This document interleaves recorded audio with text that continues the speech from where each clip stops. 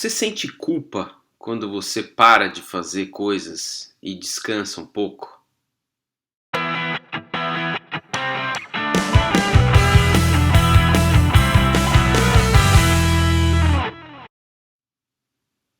Bom, então você não é a única pessoa que sente essa culpa, né? Cada vez mais a gente está vivendo uma epidemia de culpa, de vergonha, quando a gente fala de dar uma parada, de produzir menos, de descansar. Então eu comecei a olhar para isso com a visão da ontologia. Se você quiser saber o que é ontologia, clica aqui no card, que vou te explicar um pouquinho mais. Por que que a gente tem essa tendência de observar e de notar que o nosso valor está relacionado ao quanto a gente produz, né? Se eu produzo muito, se eu faço muita coisa, eu sou uma pessoa boa, eu sou uma pessoa que tem um valor. Se eu não produzo o tempo todo, se eu começo a parar e descansar e ficar quietinho ali no meu canto, eu sou preguiçoso, né? Vagabundo, não faz nada, aquela coisa arada toda. Tem todo um estigma que traz muita culpa e muita vergonha relacionada a isso. Como é que você vai chegar para sua família, né, e muito menos ainda para o seu chefe e falar, olha, eu não trabalho 10 horas por dia, eu não trabalho 12 horas por dia, eu estou super feliz e realizado trabalhando 8 horas por dia. Né? A gente não tem essas conversas, a gente não fala essas coisas, a gente tem que esconder isso debaixo do tapete porque pega muito mal. Mas da onde vem isso? Né? Então, se eu pensar no relacionamento que o brasileiro tem com o trabalho na cidade de São Paulo, né, por exemplo, é muito parecido com o relacionamento que o americano tem com o trabalho na cidade de Nova York.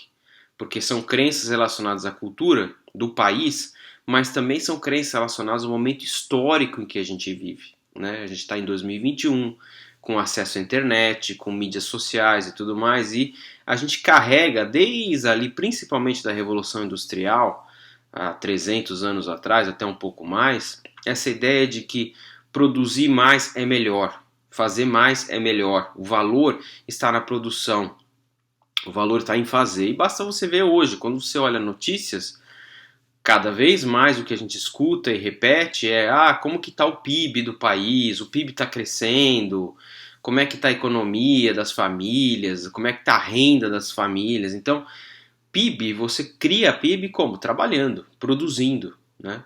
Mas será que essa é a única maneira de avaliar o valor de um país e de famílias e de vidas? Não é. Então, se a gente for olhar para outros momentos da história, né, e eu costumo falar bastante, por exemplo, da Grécia Antiga, a gente aprendeu um pouco lá na escola sobre filosofia, sobre o Platão, o Aristóteles e outros filósofos gregos. O que que eram aquelas pessoas? Aquelas pessoas eram pensadores, eles não produziam nada em termos de bens materiais, né? Eles não plantavam, eles não tinham uma oficina para produzir algo, eles ficavam andando por ali pensando, discutindo e avaliando o sentido da vida, o sentido das coisas. Então veja que e eles eram os grandes heróis daquela sociedade, eles eram as pessoas que tinham o maior valor dentro daquela sociedade, mesmo sem produzir nada.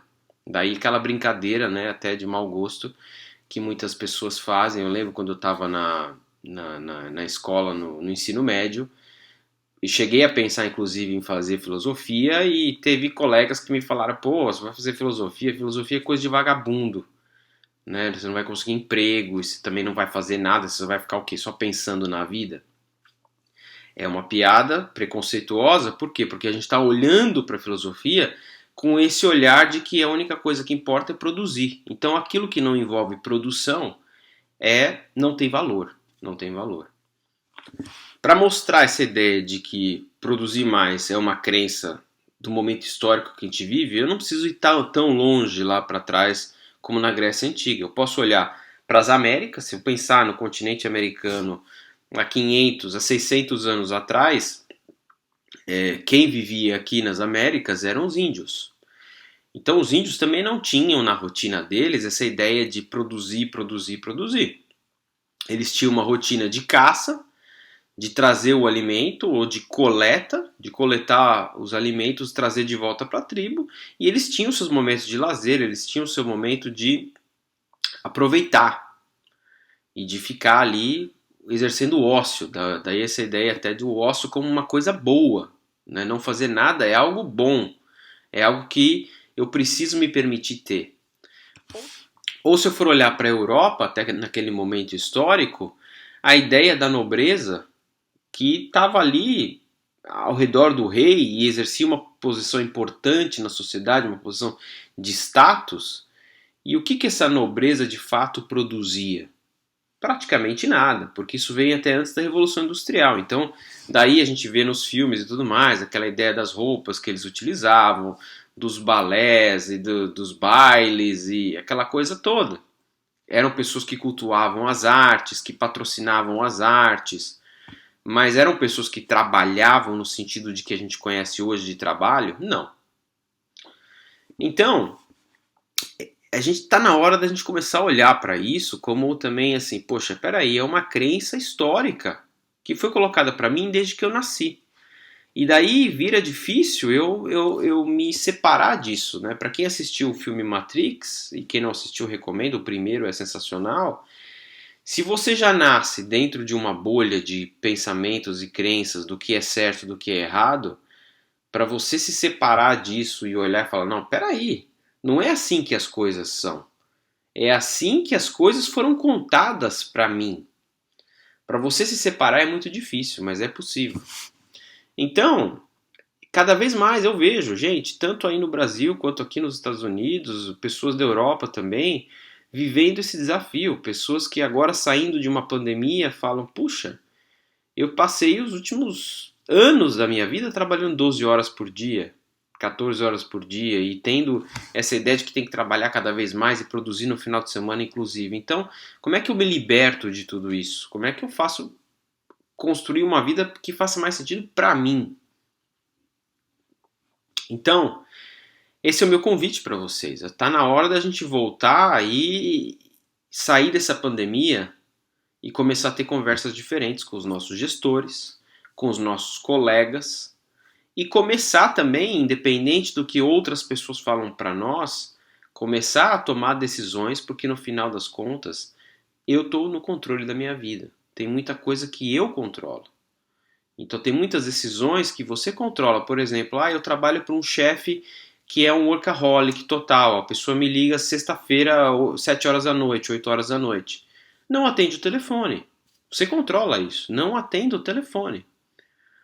Porque meu chefe fica me mandando e-mail de final de semana. Não responda. Não responda os e-mails. Não acesse os e-mails de final de semana.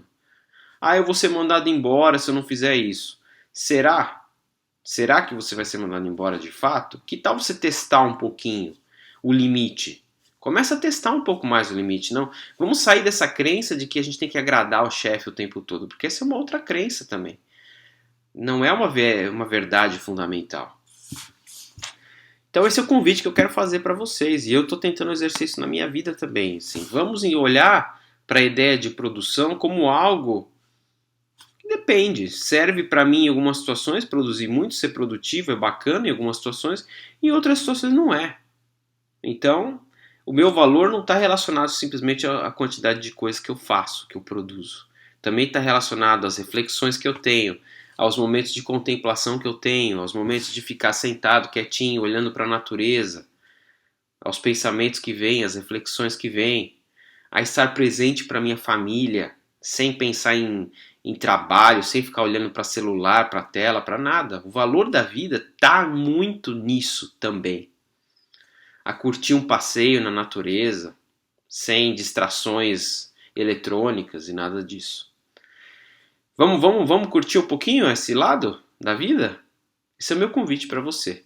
Se inscreve no canal, deixa seu comentário aqui e que você tenha uma semana um pouquinho mais leve, um pouquinho mais livre de todas essas crenças.